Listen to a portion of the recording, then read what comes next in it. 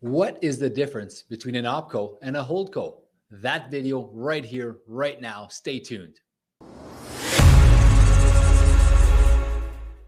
I'm Rob Tetrault from robtetrault.com, Senior Portfolio Manager here at Canaccord Genuity Wealth Management and the Tetrault Wealth Advisory Group. Today is an awesome topic. We're looking into that complicated area of holding companies and operating companies. Okay, what is an operating company? What is a holding company? And when should we consider using a holding company? So this video, the objective of this video is to give you a clear understanding exactly what a holdco or a holding company is.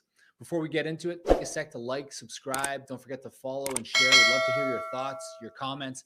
If you'd like to book a no obligation consultation to chat about this or anything else that's on your mind with respect to investments or financial planning, please don't hesitate to go to www.speaktorob.com. We'd love to book that for you. Quick disclaimer here, okay? So I am a lawyer. I practiced law about 15 years ago. I'm no longer an active practitioner. I'm not an accountant, although I do have a finance MBA and I'm working on a PhD right now.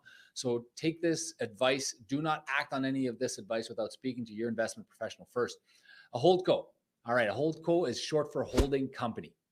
Opco is short for operating company. An operating company is a company that is operating on a day-to-day basis. It's either selling products and or services, typically not involved in real estate.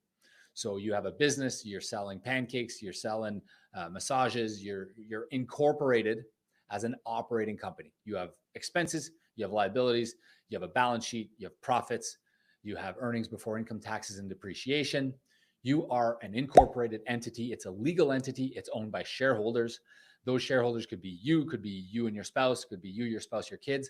That is an operating company. The company pays tax on a reduced rate on the first, typically roughly $500,000. And the company can also be sold as an operating entity. Okay.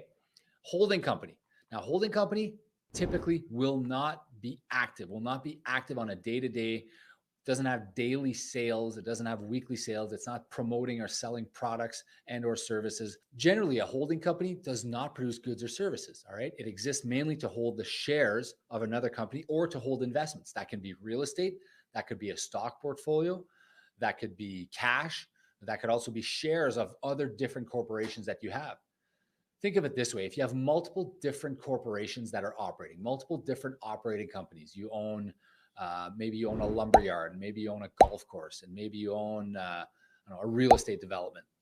And each of those are different operating entities. And your holdco, your holding company, will own the shares of those different operating companies. Your holdco will also accumulate the wealth typically from those companies. So maybe your golf course makes a ton of money and it generates dividends, and it can move the dividends tax-free from the opco to the holdco. All right. So the money moves out of the operating company into the holding company. Now your holding company has the cash. The reason you want to do that, obviously, is for asset protection. You also want to consider flexibility and timing of your dividend payments. For example, if I have a partner and we own that golf course together, and maybe I want to take a cash dividend, but the partner wants to keep it in his holdco. Well, a great way to do that is to move each of our dividends out to our respective holdcos.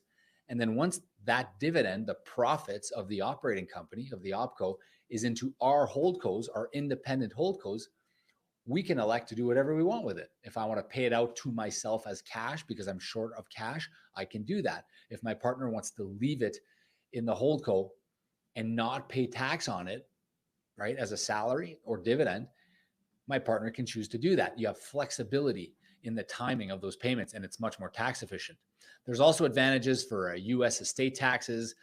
Could be some advantages when you're acquiring a corporation, or if you're thinking of selling a corporation. There could be some advantages when it comes to the lifetime capital gains exemption.